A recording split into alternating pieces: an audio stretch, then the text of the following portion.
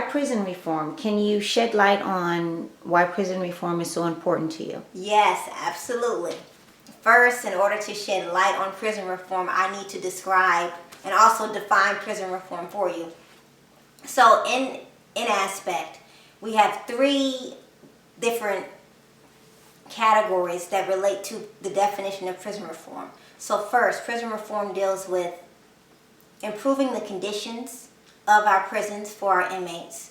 Number two, improving the effectiveness of the penal system as a whole. And then also three, providing alternatives to incarceration as a whole. So for one, as most of you already know, my biological dad has been in prison all of my life. So prison reform is something that it feels good to say, but it also hits home. So firsthand, I have seen and I have lived in the belly of the beast of the negative implications and also sometimes devastating implications of having a parent in prison. And on a larger domain, I understand holistically what it is that the voiceless and the vulnerable deal with on a daily basis. And a lot of times their stories are unheard.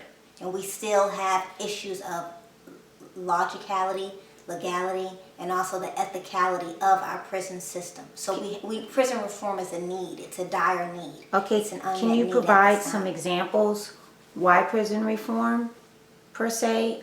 You've explained it very well, but I think the audience would like to know more detail about why do our prisons or why do U.S. prisons need to be reformed?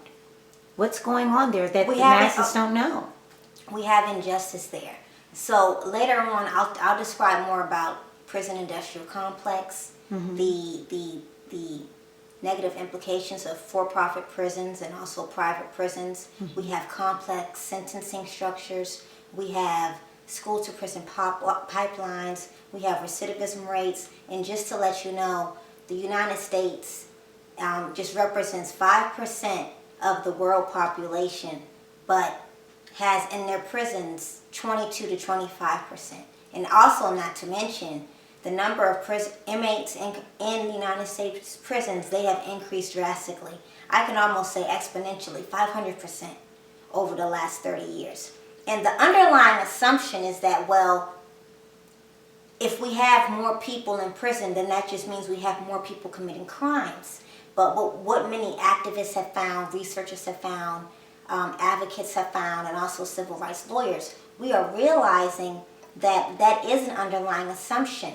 And we have other lurking variables that are actually possibly creating a breeding ground for prisons to be implemented, not because they need to be, but because there are monetary gains behind it.